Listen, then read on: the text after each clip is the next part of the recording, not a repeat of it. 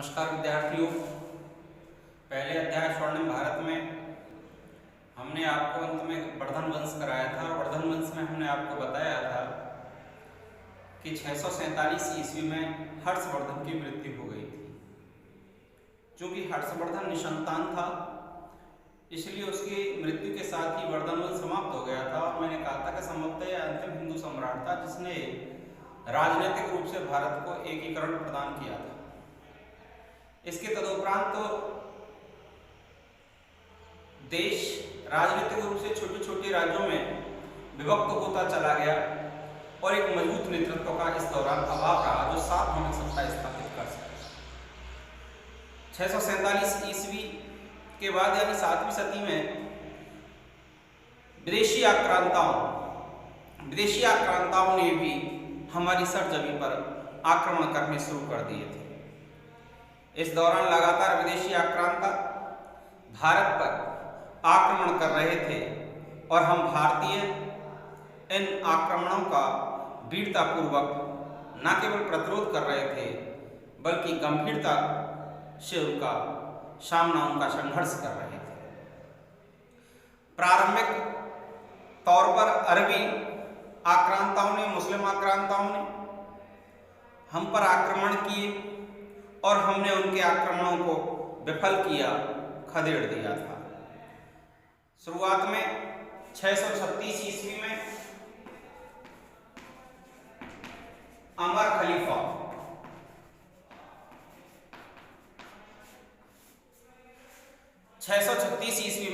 खलीफा ने हम पर आक्रमण किया था और यह समुद्री आक्रमण था, यानी कि समुद्र के रास्ते से आक्रमण किया गया था। एक इस्लामिक किताब है फुतुह अल बुल्दान के मुताबिक अमर खलीफा का यह समुद्री आक्रमण विफल रहा था। इसके बाद हमारे सामुद्रिक रूप से जो दो बंदरगाह थे, एक भड़ौच जो गुजरात में है, बड़वास, और सिंध के गेवाल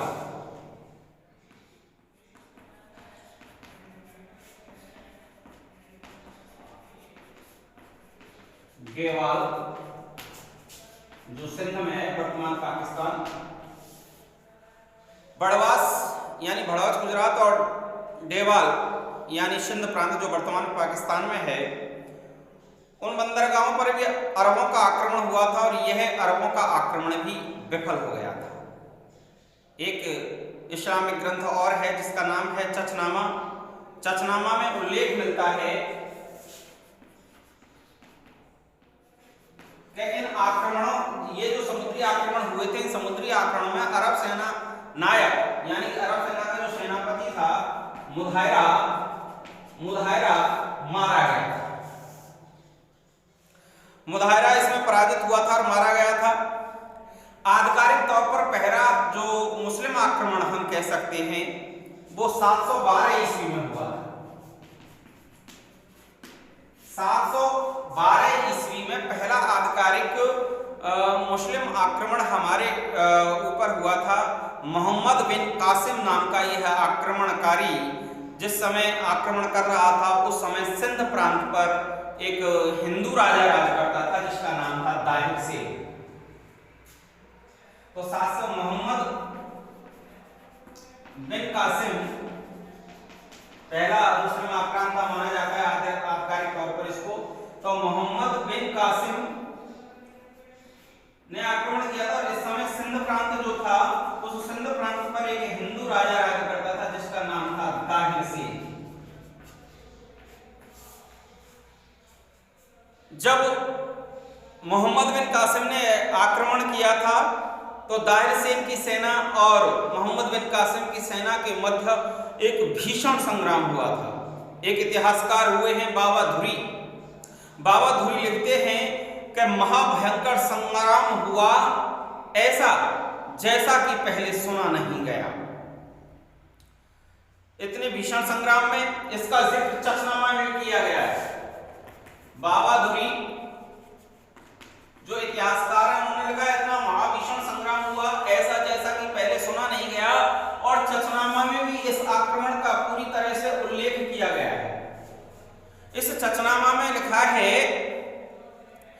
काफिरों ने, काफिर किनको कहा जाता है? काफिर गैर जो मुस्लिम लोग हैं, यानी कि सीधी सीधी से हिंदू। तो काफिरों ने अरबों की सेना को चारों ओर से जकड़ लिया और जिस बहादुरी से और दृढ़ता से वे लड़े, उसके कारण पूरी जो इस्लामिक फौज थी वो घबरा गई, तार तार हो गई। इसी बीच संयोगवश एक तीर राजा दाहिर के गले में आकर के लगा और राजा दाहिर मृत्यु को प्राप्त हो गया। इसके बावजूद राजा का पुत्र जोसिया और रानी शमरा की रानी बाई किले की रक्षा वीरता से किए और लड़ते लड़ते शहीद हो गए। इस तरह मोहम्मद बिन कासिम ने सिंध प्रांत के राजा दाहिर शेख को परास्त कर दिया और सिंध पर कब्जा कर लिया। यह पहला आधिकारिक विदेशी आक्रांता था मोहम्मद बिन कासिम। इसके तदुपरांत महमूद गजनवी भी भारत पर आक्रमण करने के लिए आया और महमूद गजनवी ने कश्मीर के रास्ते से भारत पर आक्रमण किया। जिस समय कश्मीर पर उसने आक्रमण किया था, आनंदपाल और जयपाल, ये कश्मीर के दो शासक थे, जयपाल और आनंदपाल। तो जयपाल और आनंदपाल ने दोनों ने महमूद गजनवी की सेना का जोरदार प्रतिरोध किया, कड़ा संघर्ष दिया। महमूद गजनवी के बाद मोहम्मद गौरी विदेशी आक्रांता के तौर पर आया। जिस समय मोहम्मद गौरी भारत पर आक्रमण कर रहा था, उस समय चौहान वंश का राजा पृथ्वीराज चौहान दिल्ली पर राज कर रहा था। मोहम्मद गौरी ने कई बार आक्रमण किए और हर आक्रमण में विफल हुआ। मुख्य रूप से पृथ्वीराज चौहान के साथ दो युद्ध इसके विशेष रूप से उल्लेखनीय हैं। 1191 ईस्वी और 1192 ईस्वी ये तराइन का पहला युद्ध है, तराइन का प्रथम युद्ध, और 1192 ईस्वी ये तराइन का दूसरा युद्ध है, द्वितीय युद्ध है। तराइन के पहले युद्ध 1191 ईस्वी में पृथ्वीराज चौहान ने मोहम्मद गौरी को परास्त कर दिया था, परंतु 1192 ईस्वी तराइन का जब दूसरा युद्ध हुआ तो मोहम्मद गौरी ने पृथ्वीराज चौहान को परास्त कर दिया और तुर्कों की एक तरह से सत्ता भारत में स्थापित हो गई। इस तरह 1205 ईस्वी तक मोहम्मद गौरी भारत पर अपना शासन प्रभाव चलाता रहा। 1206 ईस्वी में वह यहाँ का शासन अपने एक दास, अपने एक गुलाम कुतुबुद्दीन ऐबक को सौंप गया और यहाँ से दिल्ली सल्तनत का समय शुरू होता है, जो 1206 ईस्वी से शुरू हुआ। इस सल्तनत काल इसको कहा जाता है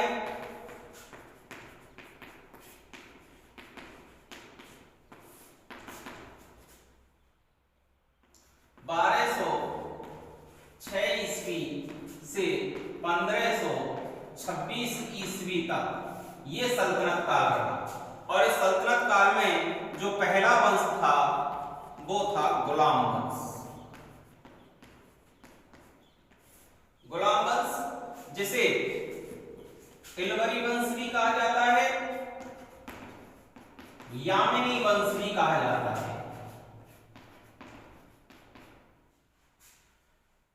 1206 ईस्वी से लेकर के 1290 ईस्वी तक गुलाम वंश दिल्ली की सत्ता में रहा। यह पहला था और पहला गुलाम वंश का जो शासक था जिसका नाम था कुतुबुद्दीन ऐबक, 1206 ईस्वी से 1210 ईस्वी तक इसका शासन काल रहा।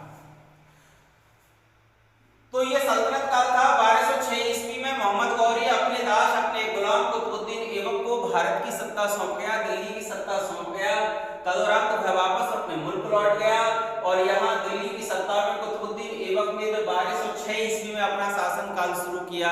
तो 4 वर्षों का इसका शासनकाल का सफर रहा 1206 ईस्वी से 1210 ईस्वी। 1206 ईस्वी में इसका राज्यारोहण हुआ, राज्याभिषेक हुआ। इस कुतुबुद्दीन ऐबक को लाख बख्श भी कहा जाता था। लाख बख्श का मतलब होता है उदार हृदय वाला, लाखों का दान करने वाला, लाख बख्श भी कहा जाता है। राजधानी जो कुतुबुद्दीन ऐबक ने अपनी बनाई, वो कुतुबुद्दीन ऐबक ने अपनी राजधानी लाहौर को बनाया। इसके दरबार में एक सूफी संत हसन निजामी को संरक्षण इसने प्रदान किया था। प्रसिद्ध सूफी संत कुतुबुद्दीन बख्तियार काकी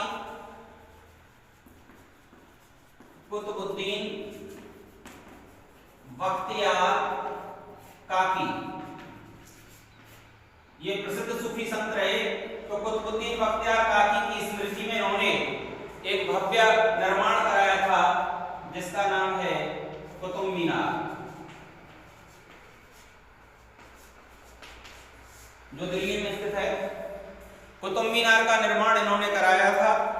कुतुब मीनार का निर्माण कार्य शुरू किया था। पहली मंजिल का निर्माण कुतुबुद्दीन ऐबक ने कराया था, लेकिन यह अपने कार्यकाल में इसको कंप्लीट नहीं कर पाया था।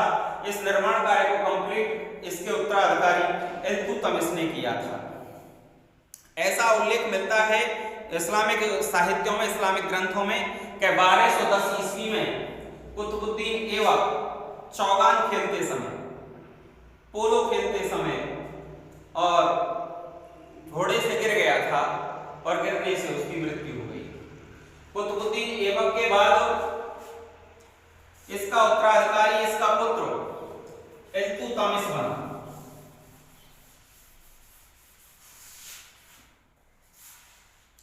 ये दूसरा शासक था प्रमुख रूप से इसका इल्तुतमिश, यह इस वंश का दूसरा शासक था। 1210 ईस्वी से 1236 ईस्वी इसका शासनकाल रहा। इल्तुतमिश को मुस्लिम साम्राज्य का वास्तविक संगठनकर्ता कहा जाता है। वास्तविक संगठनकर्ता, मुस्लिम साम्राज्य का वास्तविक संगठनकर्ता था इल्तुतमिश। साथ ही यह पहला शासक था जिसको खलीफा ने सम्राट की उपाधि से नवाजा था। यह पहला शासक था, सुल्तान की उपाधि से नवाजा था, सम्राट की उपाधि से जिसको नवाजा था। 1226 ईस्वी में इल्तुतमिश ने राजस्थान के रणथंभौर दुर्ग को फतेह कर लिया था। इल्तुतमिश के बाद इसका पुत्र बैराम रुकनुद्दीन फिरोज शाह गद्दी पर आसीन हुआ था, लेकिन रुकनुद्दीन फिरोज शाह की हत्या हो गई थी और इसलिए इसकी पुत्री जो थी रजिया सुल्तान, आधिकारिक तौर पर उसने सत्ता ग्रहण की। 1236 ईस्वी से लेकर के 1240 ईस्वी तक का शासनकाल रहा रजिया सुल्तान का। यह भारतीय इतिहास में पहली महिला सुल्तान थी, रजिया सुल्तान। जब रजिया सुल्तान को, और यह बात भी है कि जो इसके पिता थे इल्तुतमिश ने अपना वास्तविक उत्तराधिकारी रजिया सुल्तान को ही चुना था, क्योंकि रुकनुद्दीन फिरोज शाह की जो व्यवहार था वो पूर्ण रूपेण सामाजिक नहीं था। उसमें बहुत सारे व्यभिचार थे जिसको इल्तुतमिश जो थे वो नापसंद करते थे, और इसलिए वो चाहते थे कि रजिया सुल्तान सत्ता में आए। रुकनुद्दीन फिरोज शाह की हत्या के बाद रजिया सुल्तान की सत्ता में आने का रास्ता साफ हो गया, और जब रजिया सुल्तान ने गद्दी को संभाला तो वह पुरुषों की भांति सभा में आने लगी। हालांकि जो अमीर तुर्क थे वो अमीर तुर्क महिलाओं को तजुर्बा नहीं देते थे, और इसलिए वो रजिया सुल्तान का विरोध कर रहे थे। वो अंदर ही अंदर रजिया सुल्तान को अपना सुल्तान नहीं मान रहे थे, और इसलिए राजकाज में वो बाधा पैदा कर रहे थे। और इधर रजिया सुल्तान जब साम्राज्य बन गई, जब सुल्ताना बन गई, तो तो वो जब दरबार में आने लगी तो दरबार में पुरुषों की तरह ही आने लगी, यानी कि कुबा और कुल्हो। कुबा यानी कि कोट धारण करके और कुल्हा यानी कि टोपी, कुबा और कुल्हा पहन करके दरबार में आने लगे।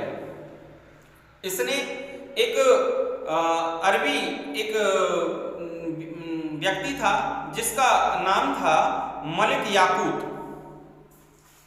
याकूत जिससे ये प्रेम करती थी। इस याकूत को उसने अमीर ए अकूर, अमीर ए अकूर यानी कि अश्वशाला का प्रधान बना दिया। याकूत को जब अश्वशाला का प्रधान बनाया था तो जो अमीर तुर्क थे वो और भी नाराज हो गए, क्योंकि वो याकूत को पसंद नहीं करते थे। तो उन्होंने याकूत को मारने की योजना बनाई। जब सरहिंद के शासक ने विद्रोह कर दिया था रजिया सुल्तान के खिलाफ, तो याकूत उस विद्रोह को दबाने के लिए गया था, लेकिन इन अमीर तुर्कों ने सरहिंद के विद्रोह को दबाने के लिए गए याकूत की हत्या कर दी। याकूत की हत्या के बाद रजिया सुल्तान ने अल्तुनिया से विवाह कर लिया। अल्तुनिया से विवाह कर लिया।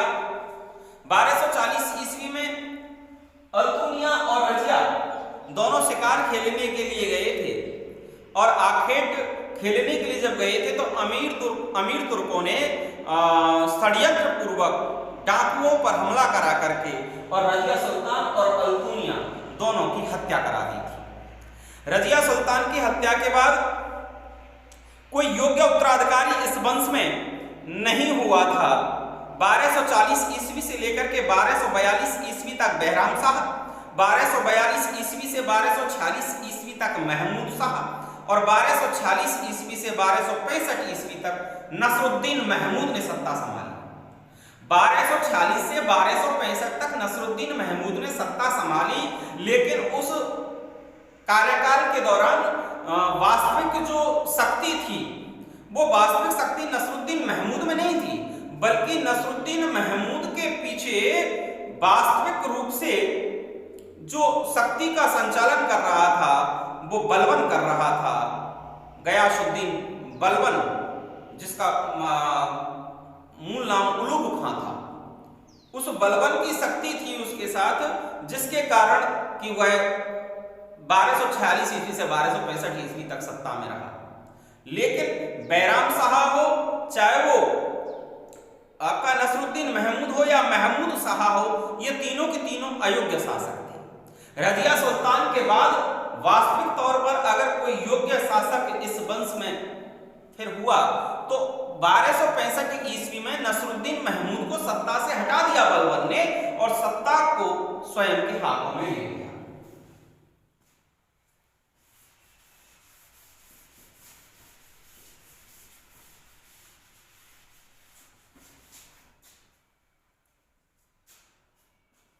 बलबन गयासुद्दीन,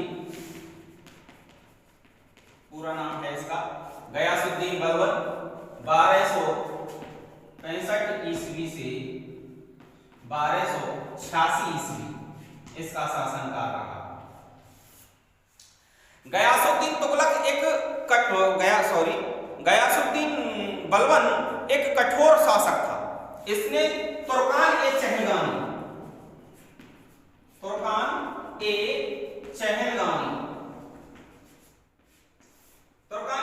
यानी 40 तुर्कों का एक संगठन बनाया था, और उसी से यह संबंधित है। जब 1265 ईस्वी में यह गद्दी पर बैठा था तो मंगोलों का सामना करने के लिए, क्योंकि मंगोल एक लड़ाकू जनजाति थी, और मंगोलों का सामना करने के लिए बलबन ने एक विशेष रूप से सैन्य विभाग दीवान आरिज,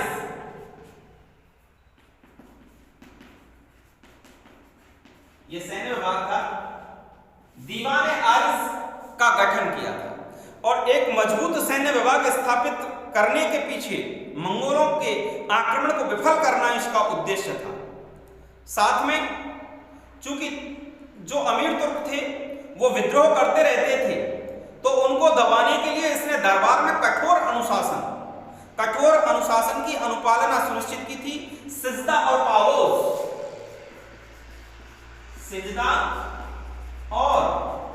पावोस की नीति का उसने अनुसरण किया था। सिजदा और पावोस की नीति यानी सम्राट के सम्मुख झुककर उसके पैरों को चूमना, यह प्रथा उसने दरबार में शुरू की।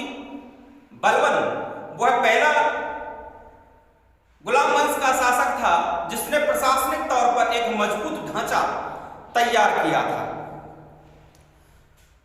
उसने अमीरों को दबाने के लिए लौह और रक्त की नीति, अपने शासनकाल में लौह और रक्त की नीति। यह लौह और रक्त की नीति क्या थी? लौह और रक्त की नीति का मतलब है कि शत्रु के खिलाफ, दुश्मन के खिलाफ आक्रमण करके जिसमें पुरुषों को मार दिया जाता था, स्त्री और बच्चों को गुलाम बना करके रखा जाता था दरबार में, तो लौह और रक्त की नीति चलवाई, शुरू की। 1286 ईस्वी में बलबन की मृत्यु हो गई। बलबन की जब मृत्यु हुई तो फिर कोई योग्य उत्तराधिकारी इस वंश में नहीं हुआ। क्यूमर्स इस वंश का अंतिम शासक था। 1290 ईस्वी में क्यूमर्स की हत्या जलालुद्दीन खिलजी ने कर दी थी। 1290 ईस्वी में जलालुद्दीन खिलजी ने क्यूमर्स की हत्या कर दी और जलालुद्दीन खिलजी ने फिर दिल्ली सल्तनत पर खिलजी वंश की स्थापना कर। तो यह आपका गुलाम वंश था। इसमें बलबन ने एक नियामत खुदाई, राजत्व सिद्धांत अगर हिंदी जबान में अगर बोले और उर्दू जबान में नियामत खुदाई, यानी कि राजत्व सिद्धांत दिया कि राजा वास्तविक तौर पर है कौन। तो बलबन का स्वयं का मानना था कि राजा जो है वह ईश्वर का प्रतिनिधि है। ईश्वर का प्रतिनिधि है, वह साधारण जनता से अलग है। उसको ईश्वर ने कुछ ऐसी शक्तियां प्रदत्त की है जिससे वह शासन संचालन कर सके। इसलिए सभी लोगों को राजा का सम्मान करना चाहिए, उसके आदेशों की अनुपालना करनी चाहिए।